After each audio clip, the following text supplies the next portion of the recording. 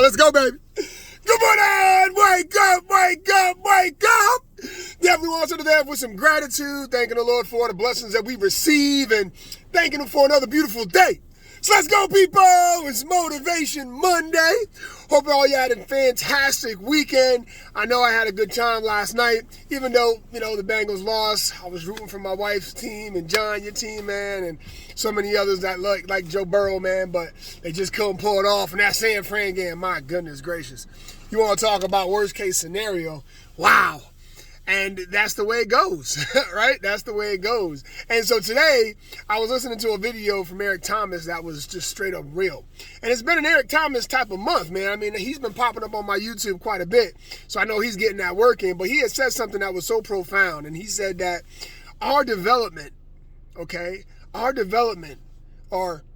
our life, right? Our life doesn't only, or my goodness, what I'm trying to say is, our development is more valuable to others than just us. That makes sense, right? What he was saying that if he would have waited, or if he would have procrastinated his development of a person, right? If he didn't do his program, and he didn't get out there and share the word of what he feels in his heart, if he wasn't out there encouraging and inspiring people, right? What if he decided that he wasn't good enough and he didn't do the videos, right? I wouldn't even have heard the video this morning. Right? I wouldn't even have had that message that he shared.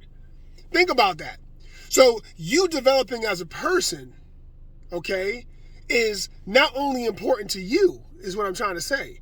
It's important to somebody else, because if you prolong the process of becoming a better version of you, then the person that is waiting for you or that needs you to develop is not going to be able to develop on time. And the dominoes keep on falling. So think about this, right? What if today, who you've come in contact with is counting on you to show up?